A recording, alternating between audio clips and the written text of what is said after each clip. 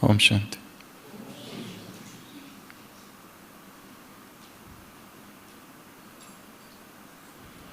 सिद्धार्थ का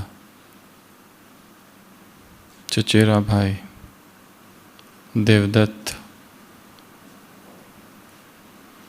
निरंतर इसी प्रयास में रहता था कि कैसे सिद्धार्थ को हराया जाए।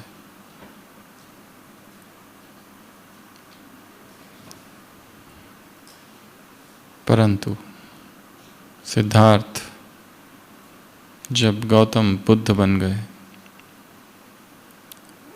तब देवदत्त की जलन, देवदत्त की ईर्ष्या चरम पर थी और देवदत्त ने कई प्रयत्न किए, सारे प्रयत्न विफल हुए। सिद्धार्थ जैसा वो भी सन्यासी बन गया, सिद्धार्थ की ही शरण में आया, परंतु उद्देश्य वैराग्य या आत्मिक क्रांति नहीं था। भीतर रहकर ही सिद्धार्थ को नीचे दिखाना था। जीवन भर सिद्धार्थ की ग्लानि की, गिराने का प्रयत्न किया, पर जब सब कुछ असफल हुआ तो एक बार देवदत्त ने देखा कि बुद्ध बैठे हैं और ऊपर से एक शिला देवदत्त ने गिराई ताकि बुद्ध मर जाए। वो शिला तेजी से आती है और बुद्ध को छूकर निकल जाती है, हल्का सा छूती है, बिना कोई हानि किए।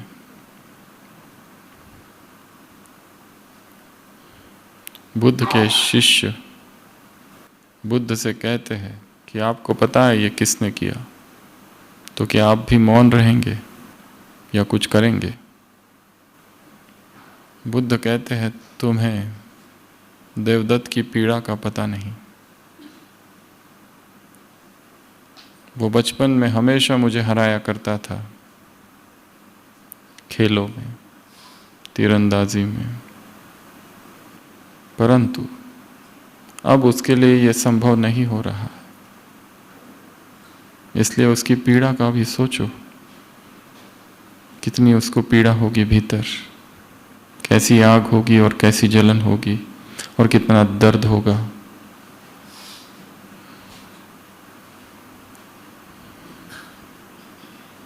और इतना बोलकर बुद्ध मौन हो जाते हैं और आंखें बंद करके ध्यान में चले जाते हैं।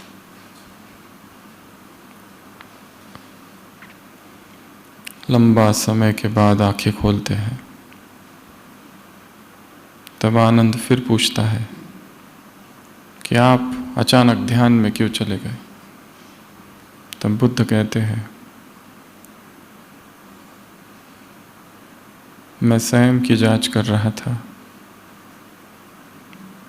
कि देवदत्त के प्रति मेरे मन में कोई घृणा, कोई नफरत, कोई द्वेष का भाव तो नहीं जगा। अगर ऐसा हो तो फिर भले उस पत्थर ने मुझे नहीं छुआ, पर देवदत्त का प्रयास सफल हुआ। परंतु अपने स्वयं की जांच कर कर मैंने पाया कि उसके प्रति मेरे मन में ऐसा कोई भी भाव प्रकट नहीं हुआ। और इसलिए मैं कह सकता हूँ कि उसने शिला तो गिराई, परंतु मैं अछूता ही रहा। अगर मन में कोई भाव प्रकट होता घृणा का, तो शायद उस पत्थर की शिला ने मुझे नहीं छुआ। परंतु फिर भी यदि इन भावनाओं ने मुझे छुआ होता तो वो मेरी हार ही होती। ये कैसी सूक्ष्म स्वयं की जांच है। आज सुबह की अव्यक्त वाणी, बाबा ने कहा स्वयं की जांच करो, स्वयं की चेकिंग करो,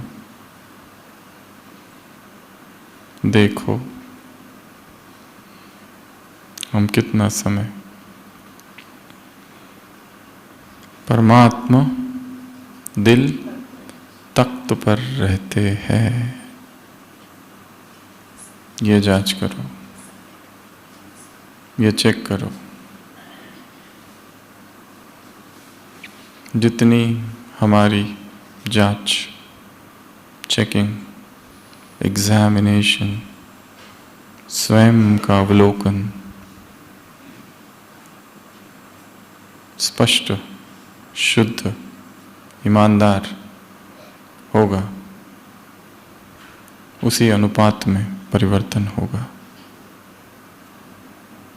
तो आज सुबह की व्यक्त वाणी किन तख्तों की चर्चा है?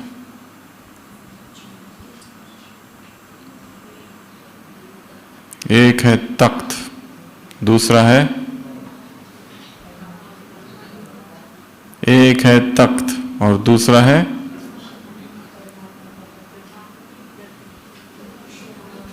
झूला और तीसरा है गोदी।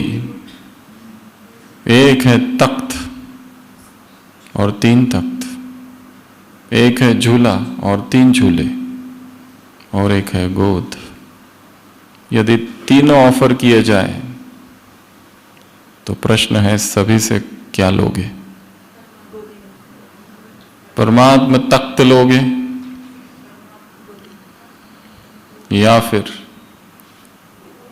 झूला या फिर गोदी? क्या लेंगे? क्यों? सेफ? तो तख्त सेफ नहीं है।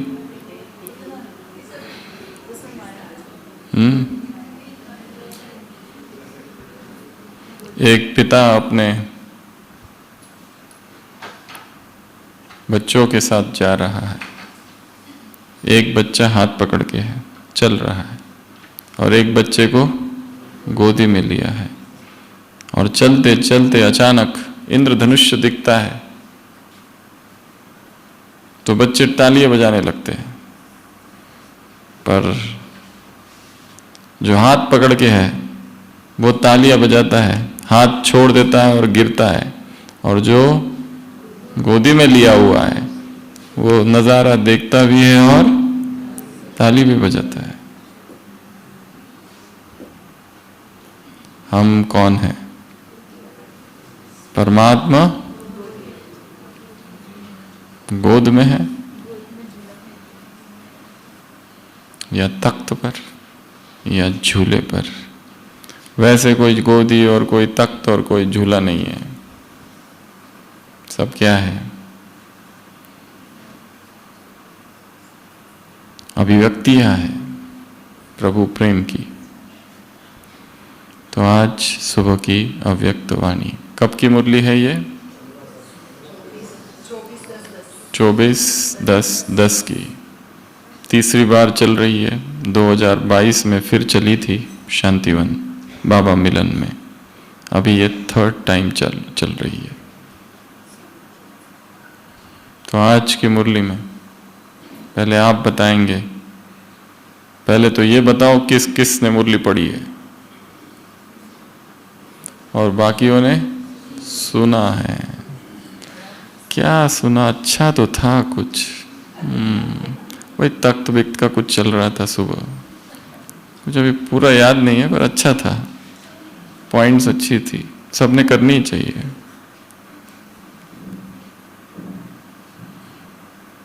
केवल सुनना काफी नहीं है, इन्वॉल्व ऑल सेंसेस।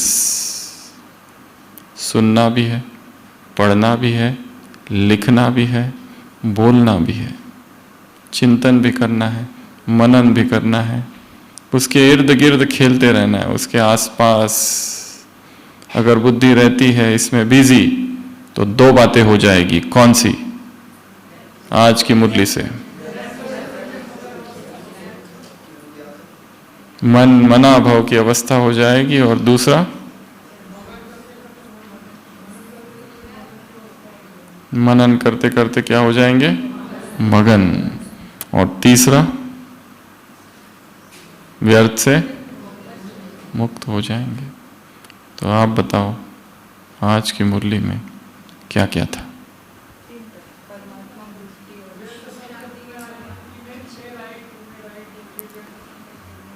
व्यर्थ संकल्प है, मैं राइट हूं? माया के दो रूप कौन से? एक व्यर्थ संकल्प और दूसरा मैं राइट हूं, मैं ही राइट हूं। मैंने जो कहा, मैंने जो सोचा, मैंने जो बोला, मैं जो सोचता हूं, मैं जो हूं वही राइट है। पहले तुम मानो कि तुम गलत हो, उसके बाद ही आगे की चर्चा होगी। तब तक बात ही नहीं करना है, पहले मान लो, उसके बाद में नेक्स्ट डिस्कशन। तो माया के ये दो रूप। और क्या कहा? और क्या कहा? Full stop. तो बाबा ने अंग्रेजी शब्द का प्रयोग क्यों किया? सबसे प्रश्न है, इंग्लिश शब्द का प्रयोग क्यों किया? हिंदी में फुल स्टॉप कैसा होता है? हिंदी में फुल स्टॉप कैसा होता है? लाइन होती है। परमात्मा ग्रामर, परमात्मा शब्दकोश और परमात्मा शब्द का चयन। हिंदी का फुल स्टॉप कैसा है और इंग्लिश का पॉइंट, कहना उसको डॉट है। इसलिए क्या कहा? एक सेकंड में क्या करो? Full stop. कहीं कहीं मुरलियों में आया एक सेकंड से भी कम समय में फुल स्टॉप लगाओ। और क्या कहा? पहले सारी पॉइंट्स रिवाइज करेंगे और फिर उसकी गहराई में जाएंगे। बोलते जाओ, क्या क्या कहा? स्वभाव संस्कार का क्या करो? चेंज कर दो, परिवर्तन। और 4 सब्जेक्ट का होमवर्क। कौन कौन से 4 सब्जेक्ट हैं? ज्ञान, योग, धारणा, सेवा, ये 4। और उसमें और 4, मनसा, वाचा, कर्मणा, और चौथा दिव्यता का इशारा। और क्या कहा? अचानक क्या? अचानक क्या? पेपर आएगा। और क्या? समय का क्या? समय नजदीक आ रहा है। अच्छा, ठीक है। नेक्स्ट, माया। माया अर्थात, माया की परिभाषा क्या है? माया शब्द का अर्थ क्या है? माया अर्थात भ्रम, माया अर्थात अंधकार, माया अर्थात विस्मृति, माया अर्थात बेहोशी, माया अर्थात विकार, माया अर्थात कमजोरी, माया अर्थात माया क्या? देवभान। 2 प्रकार की मिट्टी बताई है मुरली में, कौन कौन सी? एक मिट्टी और एक गहरी मिट्टी। और दलदल क्या है फिर? एक देवभान, एक देह अभिमान, एक देह अहंकार, और एक है देह का घमंड। इन चारों में क्या अंतर है? देह अहंकार सबसे खराब और देह घमंड उससे थोड़ा अच्छा। पहला है देहभान, अर्थात शरीर हूं, स्त्री हूं, पुरुष हूं, सुंदर हूं, वगैरह वगैरह, शरीर से। देह अभिमान अर्थात विशेषताएं। मैं लिखता अच्छा हूं, मैं बोलता अच्छा हूं, मैं सोचता अच्छा हूं, मेरा चिंतन अच्छा है, मेरी सेवा अच्छी है, मैं कोर्स बहुत अच्छा कराता हूँ, जिसको कोर्स कराता हूँ उसको तीर लग जाता है, कभी उसको भी लगता है और कभी मुझको भी। किसको लगता है पता नहीं चलता है। मैं ये हूं, मैं वो हूं, मैं याऊ हूं, मैं त्याऊ हूं। ये क्या है? देहभान, देह अभिमान और देह अहंकार क्या है? देह अहंकार। मैं ही कर सकता हूं, तुम सब पुरुषार्थ कर पूछना है तो मुझसे पूछो। ये सब कम पुरुषार्थी है। दूसरों को कम समझना, दूसरों को क्या समझना? कम। अमृत वेला हो रहा है और सो रहे हैं, क्या करें इनका? हमको देखो, पुरुषार्थ का शिखर, पुरुषार्थ का ही अहंकार। मोहम्मद पैगंबर जी एक बार नमाज पढ़ने जा रहे थे तो देखा एक व्यक्ति सो रहा है सुबह सुबह। उसको उठाया, समझाया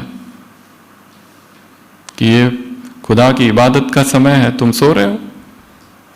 तो उसकी चेतना जागृत हो जाती है, मैं ये क्या कर रहा था। दूसरे दिन वो भी उनके साथ चलता है और जब वो देखता है दूसरे सो रहे, इतनी घृणा भाव से देखता है उनकी तरफ, कैसे मूर्ख है जो सो रहे, अब तक ये भी सो रहा था, ये भूल गया। ये क्या है? अहंकार। और देह का घमंड क्या है?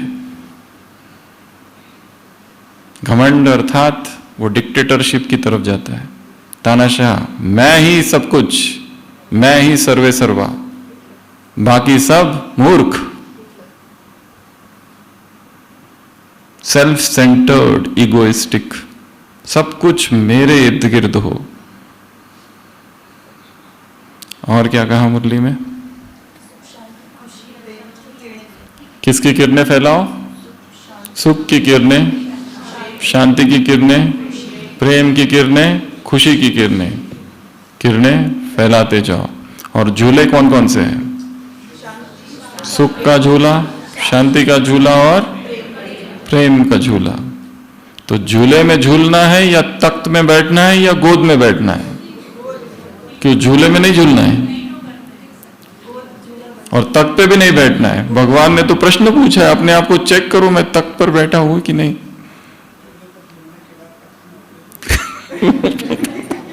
पहले झूले पे झूलेंगे, फिर तख्त पे बैठेंगे और फिर गोदी में जाके सोएंगे। हाँ, ये प्रोग्राम ठीक है। वो देवी माँ प्रसन्न होती है तेनाली रामा के पास में, उसको देती है एक गिलास में धन और एक गिलास में 2 पेय है। तुमको धन चाहिए या बुद्धि चाहिए? दोनों में से एक सिलेक्ट करो। तो कितना देर सोचता है, फिर दोनों को मिक्स कर देता है और पी जाता है। सारे शास्त्रों का ज्ञाता तू हुआ, धन का तुझे कभी अभाव नहीं होगा, सारे वेद शास्त्र का तू ज्ञाता हुआ आज से। माँ उसको वरदान दे देती है, ऐसा दिखाया है इतिहास में। बिना कुछ पढ़े ही तुझे सब कुछ प्राप्त हो जाएगा। जो भी संसार में ज्ञान है सबका तू आज से ज्ञाता होगा। तो 3 ऑप्शन दिए हैं, तो माताओं ने रिजेक्ट कर दिया, तख्त नहीं चाहिए, पर भाइयों ने तीनों ले लिए। तो 3 प्रकार के तख्त है। कौन कौन से? पहला भ्रुकुटी, जो सबके पास है। दूसरा परमात्मा तख्त और तीसरा विश्व राज्य का तख्त। तो ये जो परमात्मा तख्त है उसकी कम से कम 20 विशेषताएं बताओ। मुरली में कुछ आई है, ये बहुत विशाल है। मुरली में जो आई है पहले वो, ये केवल संगम युग पर प्राप्त होता है। एक, ये केवल ब्राह्मण बच्चों को ही प्राप्त होता है, ये केवल ब्राह्मण बच्चों के ही भाग्य में है, ये केवल ब्राह्मण बच्चों को ही अनुभव होता है, ये ही गले का हार बनता है और यही जन्म सिद्ध अधिकार है। इतनी पॉइंट्स मुरली की है। मुरली के बाहर की अर्थात दूसरी मुरलियों की। ये तख्त कैसा है? भगवान का दिल तख्त, परमात्मा दिल तख्त। उसको हिंदी में ट्रांसलेट करो तो भगवान का हृदय सिंहासन। परमात्मा हृदय सिंहासन कैसा है? एक तो विशाल, दूसरा बेहद सेफ, कितना बड़ा है, कितने भी लोग बैठ सकते हैं। और कैसा है? बहुत मजबूत। और कैसा है? हाँ, प्योर है। इसमें केवल वही आत्माएं बैठ सकती है जो बहुत बहुत प्योर है। जो प्यूरिटी में फेल, जो ब्रह्मचर्य में फेल, वो इस तख्त पर नहीं बैठ सकती। और ये थोड़ा स्लीपरी भी है।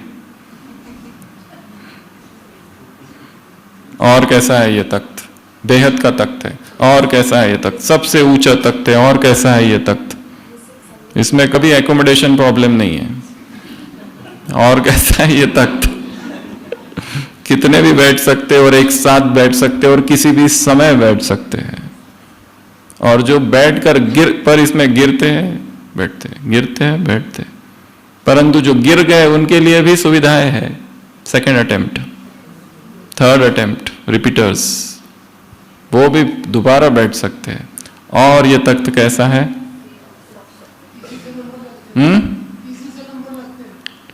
क्या लगते हैं इससे? कहाँ पे नंबर लगते हैं? अच्छा अच्छा, जो जाएगा नंबर लगता है। और ये रहम दिल तख्त है। बहुत ही प्यारा, बहुत ही सुंदर, बहुत ही आकर्षक, बहुत ही नरम नरम, सेफ, सुरक्षित और फ्री है। कोई रेंट नहीं है।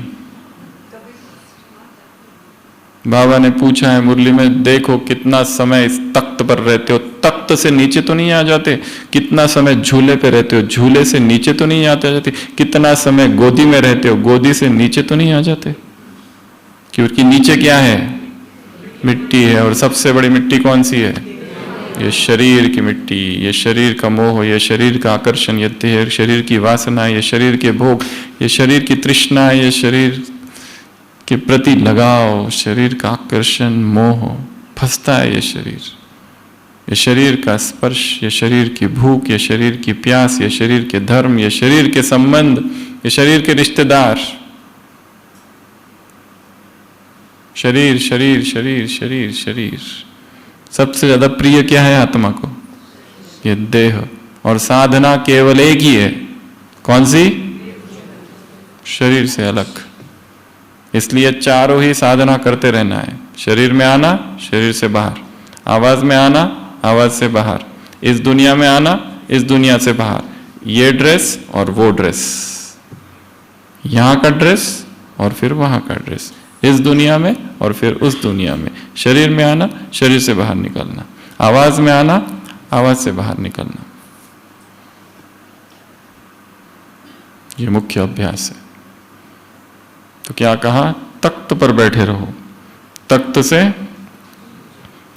पर बैठे रहो अर्थात दिल तख्त अर्थात क्या?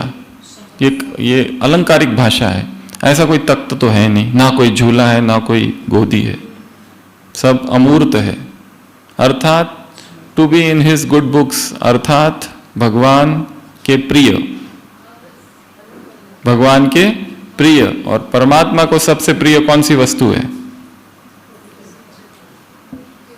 पवित्रता, सच्चाई।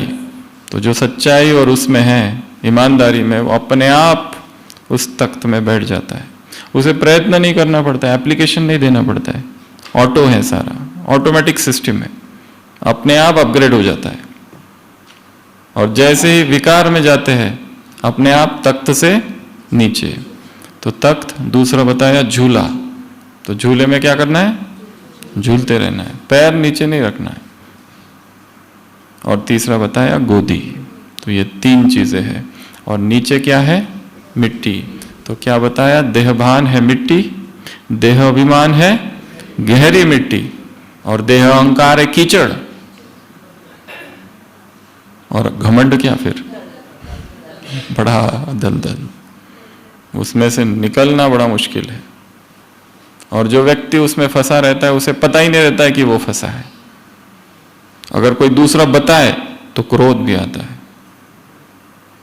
यह है विडंबना। तो मुरली की शुरुआत हुई है तख्त से, गोदी से, झूले से। आगे। नीचे आने का कारण क्या है? माया। माया के दो रूप, कौन से? व्यर्थ संकल्प और दूसरा मैं राइट हूं, ये सिद्ध करने का भाव, मैं कम नहीं।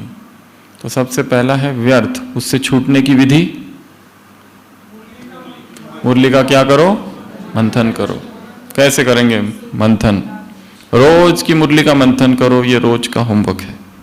रोज की मुरली लो, पढ़ो, कौन सा नया शब्द आया है, कौन सा वेरिफिकेशन मुरली में आज आया है एक जगह, वाह वाह आया है।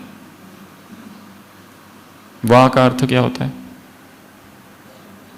वाह अर्थात पहला अर्थ आश्चर्य, वाह अर्थात हर्ष, खुशी, कौतुक, वाह अर्थात स्तुति, वाह अर्थात प्रशंसा। पर निगेटिव भी है, वाह टोन पर ही निर्भर करता है। वाह हमको सिखाओगे, हमको बताओगे, वाह मतलब हम मूर्ख हैं, ये भी तो वाह है, ये भी वाह है ना। वाह कितने सारे अर्थ है वाह के। तो बाबा ने क्या कहा? वाह बच्चे वाह, और बच्चे भी क्या करते हैं? वाह वाह वाह वाह। वाह शब्द का अर्थ मुरली में और एक है नशा और निश्चय। कौन सा? हम कौन है? नशा अर्थात, नशा का क्या अर्थ है? एक तो वो नशा है जो मादक पदार्थ लेकर आता है, एक। दूसरा नशा धन का नशा, रूप का नशा, सौंदर्य का नशा, घमंड।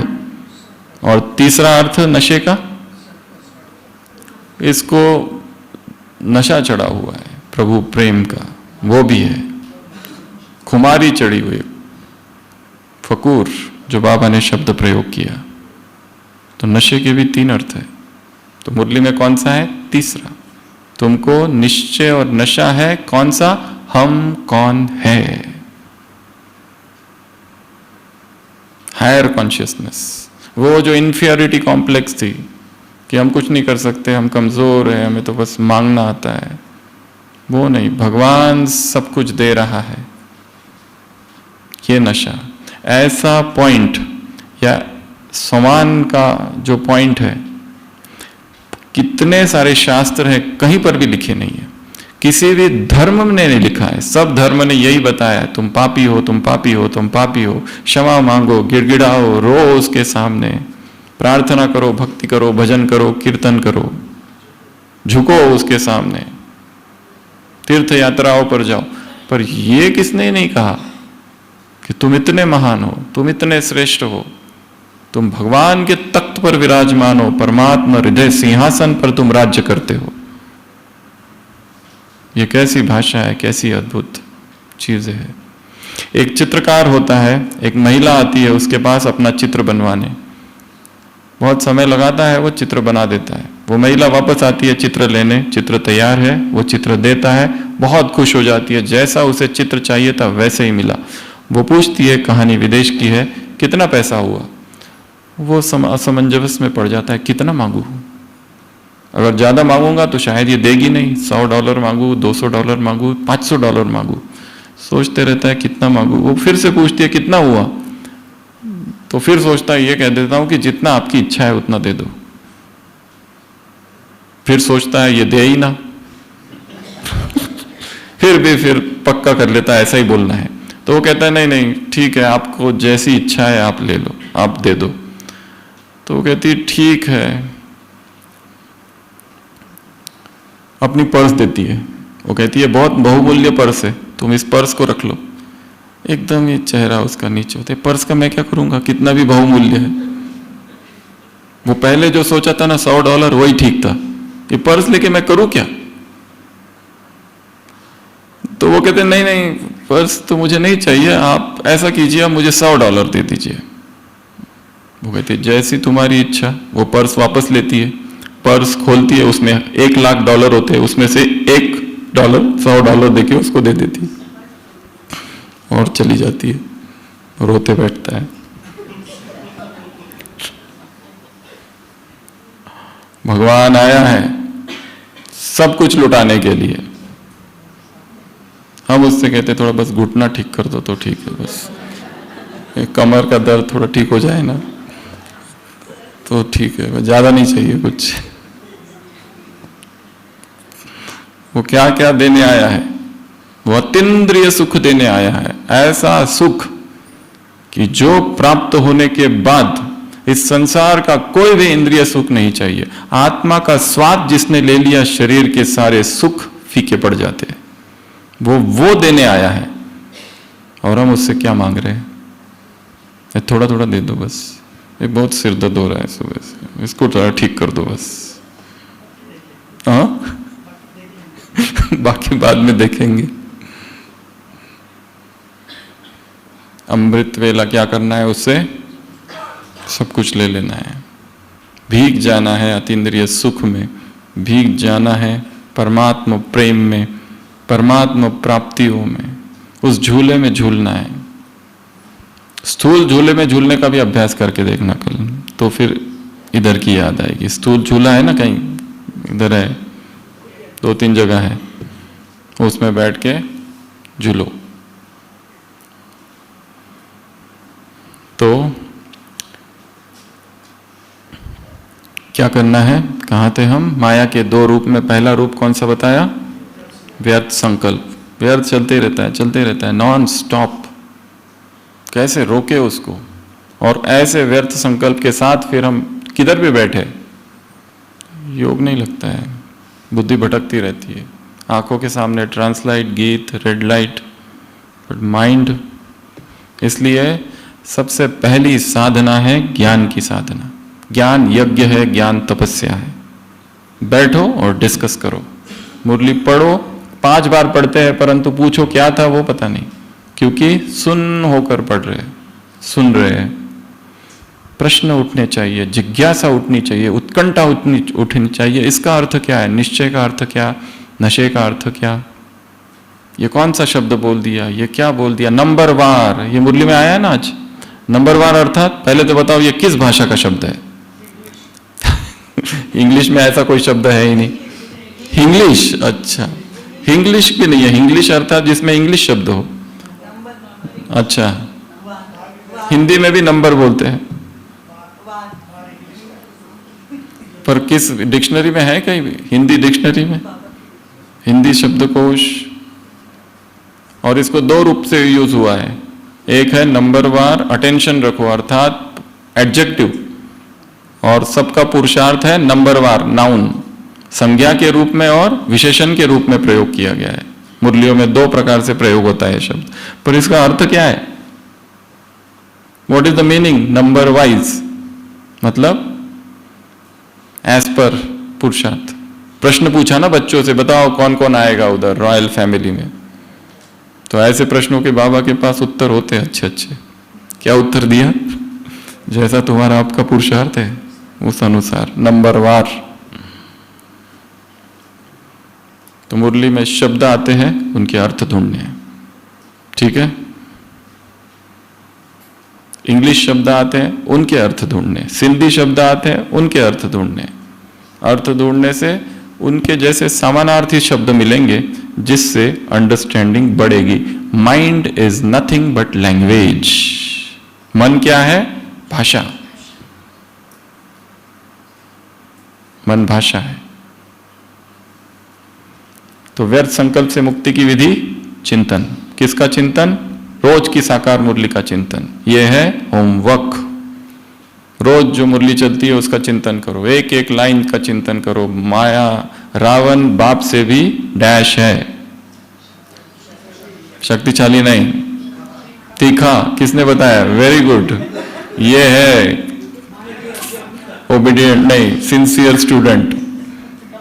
4-5 दिन पहले की मुरली है, उसको याद है बच्ची को। क्या कहा था बाबा ने मुरली में? रावण बाप से भी तीखा है। ये चिंतन का विषय है। ये क्या कह दिया तुमने?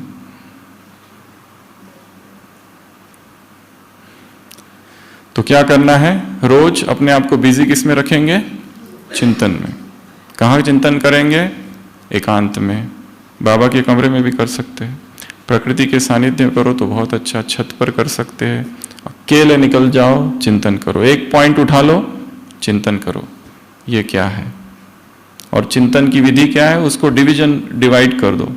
जैसे ए से कैसे लिखा जाता है, इंट्रोडक्शन, टाइप्स, उसके प्रकार क्या है, फायदे क्या है, नुकसान क्या है, कंक्लूजन, इस तरह से उसको रफली डिवाइड कर देना है ताकि हमारा चिंतन चले। ये तो चिंतन ही नहीं चलता, चिंतन ही नहीं चलता, ऐसे ही कहते हैं ना सब लोग। चिंतन करने जाते तो बुद्धि ब्लॉक हो जाती है। पर किसी ने हमारे विषय में कुछ कहा, टिप्पणी, कमेंट्स, नॉन स्टॉप चिंतन चलता है, एकदम हाई स्पीड का, बिना किसी ट्रेनिंग के।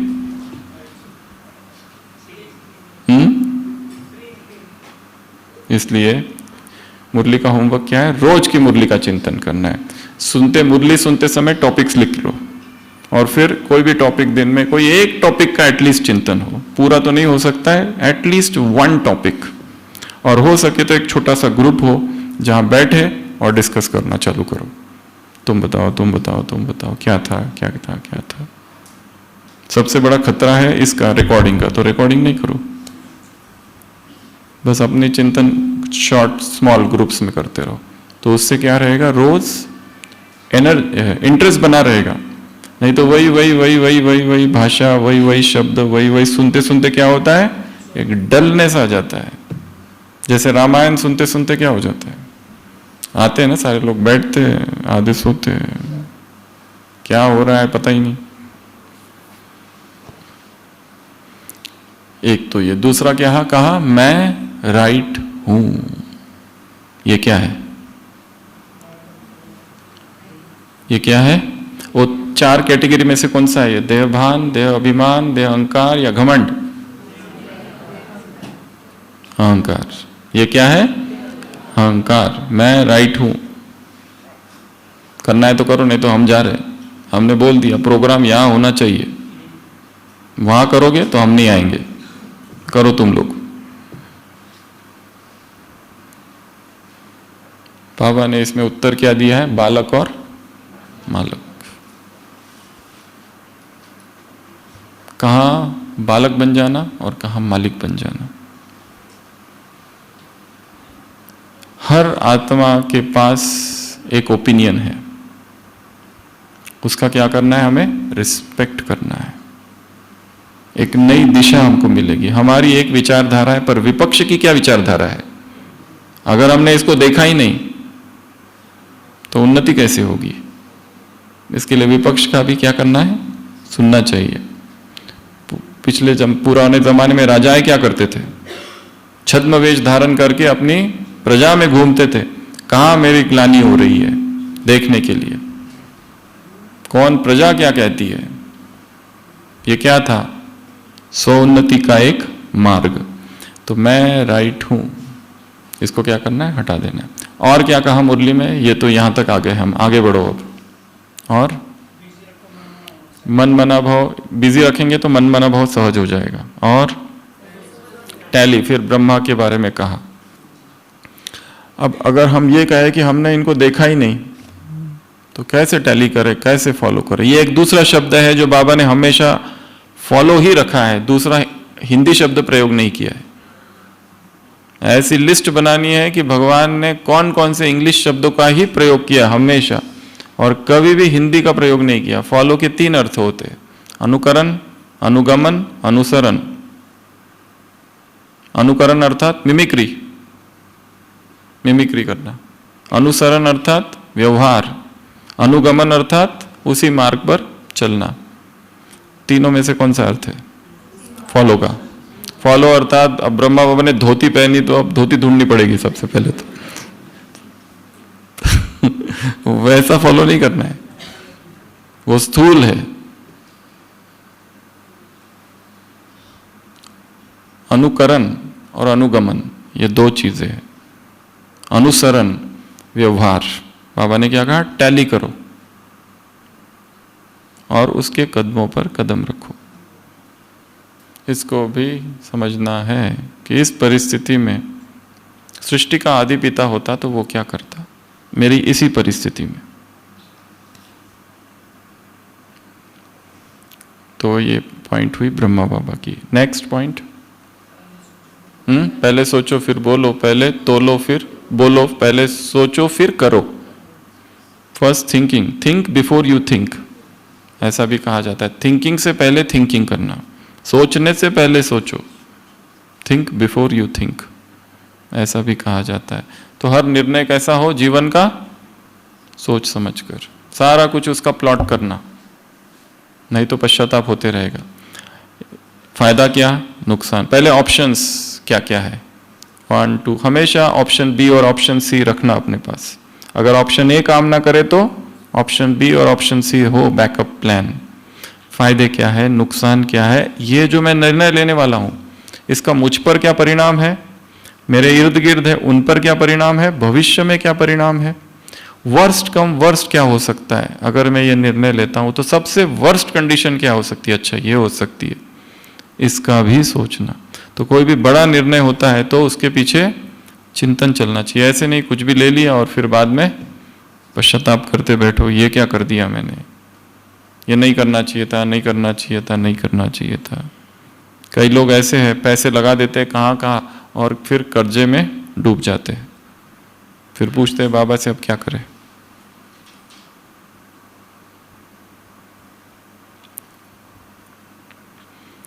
तो एक तो ये पॉइंट हो गया। नेक्स्ट पॉइंट, साइंस भी बहुत अच्छी पॉइंट है डबल फॉरेनर्स के साथ। ये जो साइंस है इसका क्या करना है, ये मददगार है, इसका उपयोग करना है और तुम्हारे लिए बना है, बाबा ने कहा साइंस। तो साइंस का क्या करना है, यूज करना है, उसके द्वारा यूज नहीं हो जाना है। साइंस इज यूजिंग अस, ऐसा ना हो जाए कि वो हमारी ऊर्जा ना ले ले। आज सबसे बड़ा जो टॉपिक है वो है डिजिटल वेलनेस। डिजिटल वेलनेस पर बहुत सारा चल रहा है, क्योंकि देखा गया है कि लोग अपने आप डिप्रेशन में चले जाते हैं, बाद में पता चलता है उनका कंजम्पशन बहुत ज़्यादा है digital. Shorts reels, shorts reels, shorts reel, shorts reel देखते ही रहते हैं, रैंडम ब्राउजिंग, ये देखेंगे वो देखेंगे, YouTube click click click click click, 5-5 minute में 10-10 मिनट में चेक करते हैं, देखते हैं। मोबाइल की वजह से रोड ट्रैफिक एक्सीडेंट्स का एक मेजर जो कारण बना है वो है भारत में, भारत का जो रेट है वो है हर 3 मिनट में एक रोड ट्रैफिक एक्सीडेंट हो रहा है। मेजर जो कॉज है 70% रोड ट्रैफिक एक्सीडेंट का वो है ओवर स्पीडिंग, स्पीड। पर एक दूसरा भी कारण है यूज ऑफ मोबाइल वाइल ऐसे करके चलाते ना, ऐसे करके कॉल, तो ये तो एक अलग ही चीज है। कॉल कॉल कॉल, किससे बात करनी है, किसको कॉल करना है, किसको मैसेज भेजना है, शांति से नहीं रह सकते। Chat chat chat, chatting addiction, YouTube addiction, chatting addiction, social media addiction, Google addiction, Facebook, Insta, ढूंढते ही रहते कुछ कुछ, पता नहीं है क्या है, बस ढूंढते रहो, ब्लाइंड उसमें घुस जाओ। 1-2 घंटे चले गए, पैसा, समय एंड ऊर्जा, आइज, ब्लू लाइट, बीमारियां, थकान सी रहती है। फिर पूछते हैं इतना शरीर में दर्द क्यों होते रहता है, थकान क्यों रहती है, और नींद नहीं आती है लोगों को, अंधेरे में मोबाइल देखते रहते हैं बिस्तर के अंदर।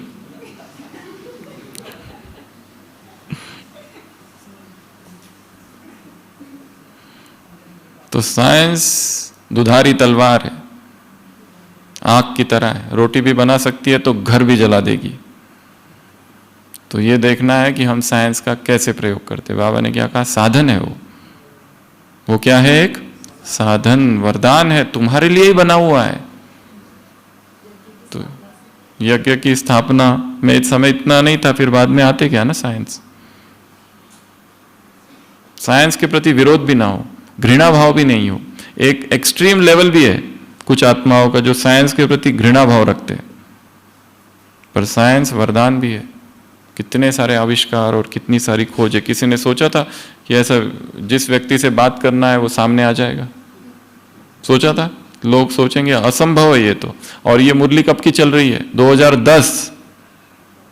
तब से अब तक क्या कुछ हो गया। तो साइंस का प्रयोग करना है, उसका गुलाम नहीं बन जाना है। और क्या है मुरली में? नेक्स्ट पॉइंट, सदा खुश रहना है। बातें आएगी, माया आएगी, विघ्न आएंगे, पर इनको क्या समझना है? पेपर। और पेपर किस लिए आते हैं? आगे बढ़ने के लिए। इसलिए पेपर देते रहना है रोज। आदत होती है पेपर देने की। झटके भी थोड़े लगने चाहिए, फेल, कम मार्क, ये सब इसकी एडिड आदत होती है ना। तो परिस्थितियों को भी हम समझते हैं ये पेपर है, ये पेपर है, आया चलो फेल, ठीक है अगली बार अच्छे से करेंगे। उसके प्रति व्यर्थ नहीं चलेगा ज़्यादा। तो सदा खुश, क्या कहा बाबा ने? हाथ खड़ा करो।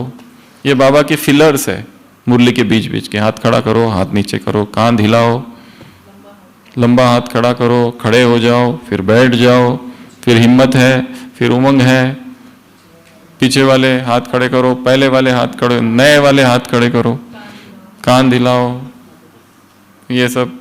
और बाबा हाथ क्यों खड़ा करते हैं? कारण बताओ। पूछते हैं खुश कौन कौन है? अभी क्या उसे पता नहीं सब दुखी है? फिर भी कहते हैं खुश कौन कौन है? अच्छा, बहुत अच्छा, बहुत अच्छा, बाप दादा खुश है, सभी बच्चों का फोटो निकालो, ये सभी खुश है। खुश है बोलने का, ये हाथ उठाओ बोलने का कारण, एक कारण तो पहला है कि सब सोए हैं तो उनमें थोड़ी चेतना जागृत हो जाए। 2 घंटा मुरली चल रही है और सब बिल्कुल एक टक बैठे हुए हैं, संग एकदम सन्नाटा छाया है सभा में। अचानक हाथ खड़े करो बोलते ही हाँ, थोड़ा एक दूसरे को देखते और थोड़ा चेतना जागती है। पहला कारण तो ये है। दूसरा कारण है, बाबा ने मुरली में कहा हाथ उठाने के भी मार्ग से, चाहे तुम दुखी हो, अंदर से रो रहे हो, और बाबा कहते हैं सदा खुश कौन रहते? हाथ खड़ा करो, तो एकदम हाथ। तो तीसरा कारण यह भी है कि जब हाथ खड़ा करते हो तो बाद में याद आएगा किसके सामने हाथ खड़ा करके आए, वो भी स्मृति तो रहेगी। और चौथा, मॉब मेंटालिटी, इतनी सारी सभा की संगठित ऊर्जा, भले हम कितने भी दुखी है भीतर से, पर सबने हाथ खड़ा कर दिया और हमने साथ में खड़ा कर दिया, उसके बाद में दुखी होना असंभव है। कैसे दुखी होंगे? और वो भी कहते हैं फोटो निकालो, ये करो, वो करो। और क्या कहा मुरली में? और क्या कहा मुरली में? 1 सेकंड की drill, full stop. Full stop लगा दो, बस खत्म। जीवन में जो घटना घटी लिखो, फुल स्टॉप। ड्रामा का स्टैंप, एक स्टैंप ही बना के रखो ड्रामा, जैसे स्टैंप होता है ना रोते रहते हैं ना, अपने जीवन की घटना लिखो, लगाओ स्टैंप, चलो हटो, साइन ओम नमः शिवाय, सत्यम शिवम सुंदरम। भगवान की सिग्नेचर भी तो कुछ है ना, परमात्मा हस्ताक्षर भी तो होना चाहिए। पहला सत्य एक है, मैं कौन? ये है सत्यम। शिवम अर्थात मैं किसका? शिव का। और मैं क्या कर रहा हूं, मुझे क्या करना है? वो है सुंदरम, सुंदर कर्म करने हैं। ओम शांति शांति शांति, 3 बार ओम शांति। सत्यम शिवम सुंदरम, तो क्या कर देना है कि स्टैंप, ईश्वरीय मोहर एक बनाना ही पड़ेगा। अगर कोई समस्या लेके आता है आपके पास, उसको बोलना लिखो, लिख लिया, जाओ, हो गया आप पूछना मत कुछ, फुल स्टॉप लग गया, स्टैंप लग गया। ड्रामा 3 बिंदी, ऐसे अलग अलग बनाने पड़ेंगे परिस्थिति अनुसार। और क्या है मुरली में? हाँ हाँ, क्या?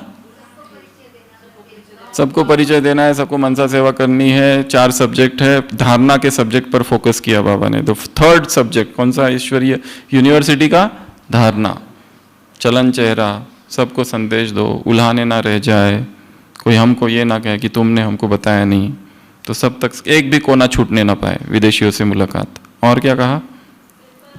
सिंपल और सैंपल। और क्या कहा? चेहरे और चलन। और क्या कहा? अनुभव, अनुभव। और बेहोशी, अने आंख, क्या था वो? आंख, दिल से बाबा को, मेरा बाबा कहो तो क्या होगा? आंख खुल जाएगी। और क्या कहा?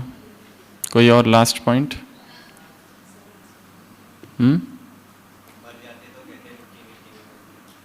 मिट्टी मिट्टी में मिल गया, मर जाते हैं तो कहते हैं dust thou art and to dust thou returnest. मिट्टी हो तुम और मिट्टी में चले गए is not spoken of the soul, पर यह आत्मा के लिए नहीं कहा गया है, शरीर के लिए कहा गया है। और तो बच्चों की बुद्धि किस में जा रही है? ऑलराउंडर में जा रही है। तो इतनी सारी पॉइंट्स है एक ही मुरली में, अभी और भी कितनी बाकी है। तो क्या करना है? मुरली का अध्ययन, चिंतन, मनन, डिस्कशन, और सुबह अमृत वेला बाबा को ही सुना देना, तुमने ये कहा था कल, अपने रिवीजन के लिए। कोई अगर नहीं मिलता है तो उसी को सुना देना कि तुमने ये कहा था। ऐसे कैसे?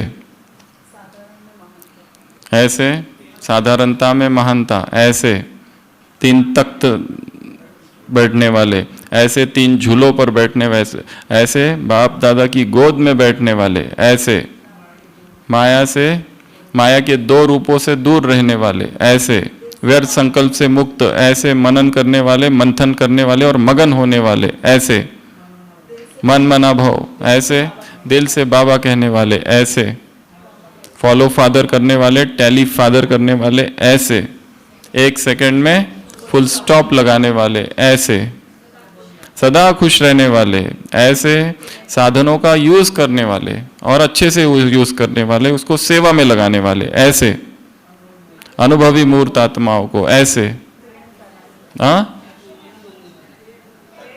तख्त नशीन आत्माओं को, अच्छा ऐसे 4 प्रकार के सब्जेक्ट और मनसा वाचा कर्मणा और दिव्यत का इशारा समझने वाली आत्माओं को, ऐसे देहभान और देह अभिमान से मुक्त आत्माओं को, मिट्टी और गहरी मिट्टी से न खेलने वाली आत्माओं को, ऐसे निश्चय और नशा, मैं कौन हूं का निश्चय नशा रखने वाली आत्माओं को, ऐसे वाह बाबा वाह कहने वाली आत्माओं को, ऐसे मन को बिजी रखने वाली आत्माओं को, ऐसे रॉयल फैमिली में जाने वाली आत्माओं को, ऐसे नंबर 1 आत्मा में आने वाली आत्माओं को, नंबर वार नहीं, ऐसे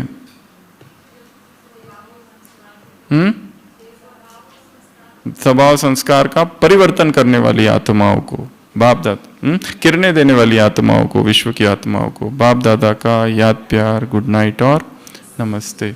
हम रूहानी बच्चों की रूहानी बाप दादा को याद प्यार, गुड नाइट और नमस्ते। अच्छा, शांति।